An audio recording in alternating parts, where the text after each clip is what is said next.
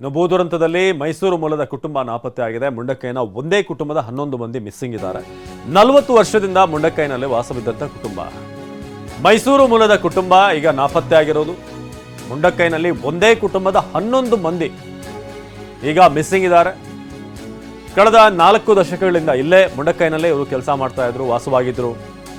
ಕಾರ್ಖಾನೆಯಲ್ಲಿ ಕೆಲಸ ಮಾಡ್ಕೊಂಡಿದ್ದ ಕನ್ನಡಿಗರ ಕುಟುಂಬ ನಾಪತ್ತೆ ಆಗಿರೋ ಬಗ್ಗೆ TV9ಗೆ ಸಂಬಂಧಿಕರಾದಂಥ ರವಿ ಮಾಹಿತಿಯನ್ನು ಕೊಟ್ಟಿದ್ದಾರೆ. ಚೂರಲ್ಮಲದಲ್ಲಿ ವಾಸ ಮಾಡ್ತಿರುವಂಥ ರವಿ. ಈಗ ಸದ್ಯಕ್ಕೆ ಚೂರಲ್ಮಲದ ಸ್ಥಿತಿಯನ್ನು ನೋಡ್ಬೋದು. ಎಲ್ಲ ಕಡೆ ಕೂಡ ಕೆಸರು, ಮೇಲಿಂದ ತೇಲ್ಕೊಂಡು ಬಂದಿರುವಂಥ ಅಥವಾ ಕೊಚ್ಚಿಕೊಂಡು ಬಂದಿರುವಂಥ ಮರದ ದಿಮ್ಮಿಗಳು.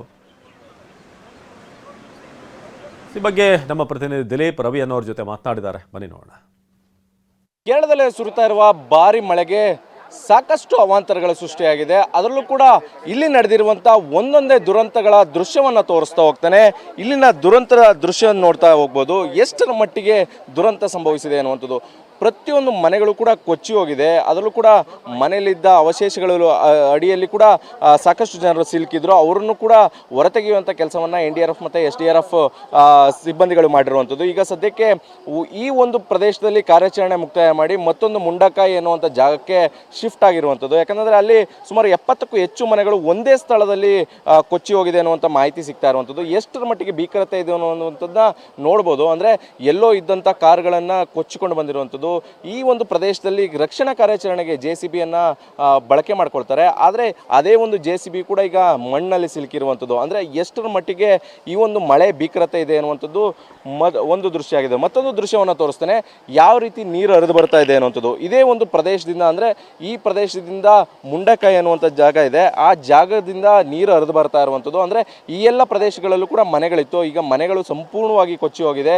ಜೊತೆಗೆ ಅಲ್ಲಿ ಒಂದೆರಡು ಮನೆಗಳನ್ನ ನೋಡ್ಬೋದು, ಮತ್ತು ಶಾಲಾ ವಾಹನಗಳನ್ನು ಕೂಡ ನೋಡ್ಬೋದು. ಯಾಕಂದರೆ ದೃಶ್ಯದಲ್ಲಿ ತೋರಿಸ್ತಾ ಹೋಗ್ತಾನೆ, ಅಷ್ಟು ದೂರದಲ್ಲಿ ಈಗ ಶಾಲಾ ವಾಹನ ನಿಂತಿರೋದು. ಅಂದರೆ ಆ ಪ್ರದೇಶದಿಂದ ಈಗ ಚೋರ್ಮಲ ಎನ್ನುವಂಥ ಪ್ರದೇಶ ಏನಿದೆ, ಈ ಒಂದು ಪ್ರದೇಶದಲ್ಲಿ ನಾವು ನಿಂತು ತೋರಿಸ್ತಾ ಇರುವಂಥದ್ದು. ಈ ಪ್ರದೇಶದಲ್ಲಿಗೆ ನಿಜಕ್ಕೂ ಕೂಡ ಅವರು ಯಾರು ಕೂಡ ಈ ಕಡೆ ಬರಲಿಕ್ಕೆ ಸಾಧ್ಯ ಆಗಿರಲಿಲ್ಲ. ಆದರೆ NDRF ಮತ್ತು SDRF ತಂಡದವರು ಹೆಲಿಕಾಪ್ಟರ್ ಮತ್ತು ರೋಪ್ ವೇ ಮೂಲಕ ಅವರನ್ನು ರಕ್ಷಣೆ ಮಾಡುವಂಥ ಕೆಲಸವನ್ನು ಮಾಡಿದ್ರು. ಯಾಕಂದರೆ ಸಾವಿರಾರು ಜನ ಆ ಕಡೆ ಸಿಲುಕೊಂಡಿದ್ರು. ಅದರಲ್ಲೂ ಕೂಡ ನೂರಾರು ಜನರು ಈಗ ಸಾವನ್ನಪ್ಪಿರುವ ವರದಿ ಕೂಡ ಆಗಿರುವಂಥದ್ದು. ಈಗಾಗಲೇ 120ಕ್ಕೂ ಹೆಚ್ಚು ಮೃತದೇಹಗಳು ಸಿಕ್ಕಿದೆ.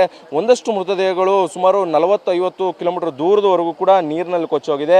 ಅವರನ್ನು ಕೂಡ ರಕ್ಷಣೆ ಮಾಡುವಂಥದ್ದು, ಅಂದರೆ ನೀರಿನಿಂದ ತೆಗೆಯುವಂಥ ಕಾರ್ಯ ಕೂಡ ದೂರದಲ್ಲಿ ನಡೀತಾ ಇರುವಂಥದ್ದು. ಯಾಕಂದರೆ ಆ ಒಂದು ಪ್ರದೇಶಗಳಿಗೆ ನಾವು ಮಾಧ್ಯಮದವರು ಹೋಗಲಿಕ್ಕೆ ಸಾಧ್ಯ ಇಲ್ಲ. ಯಾಕಂದರೆ ಅದು ಅಷ್ಟೊಂದು ಕ್ಲಿಷ್ಟಕರವಾದಂಥ ಪ್ರದೇಶ ಆಗಿರುವಂಥ ಕಾರಣಕ್ಕೋಸ್ಕರ ಆ ಪ್ರದೇಶಕ್ಕೆ ಯಾರೂ ಕೂಡ ಹೋಗಲಿಕ್ಕೆ ಸಾಧ್ಯ ಇಲ್ಲ. ಅಂದರೆ SDRF ಮತ್ತು NDRF ತಂಡದವರು ಆ ಒಂದು ಪ್ರದೇಶದಲ್ಲಿ ಹೋಗಿ ರಕ್ಷಣೆ ಕಾರ್ಯವನ್ನು ಮಾಡ್ತಾ ಇರುವಂಥದ್ದು. ಸುಮಾರು ಕನ್ನಡಿಗರು ಕೂಡ ಹಲವು ಜನರುಗಳು ಸಾವನ್ನಪ್ಪಿದ್ದಾರೆ, ಜೊತೆಗೆ ಕಣ್ಮರೆಯಾಗಿದ್ದಾರೆ. ಈ ಎಲ್ಲರನ್ನೂ ಕೂಡ ಹುಡುಕಾಟ ಮಾಡುವಂಥ ಕೆಲಸ ಕೂಡ ಈಗ NDRF ಮತ್ತು SDRF ತಂಡ ಮಾಡ್ತಾ ಇರುವಂಥದ್ದು.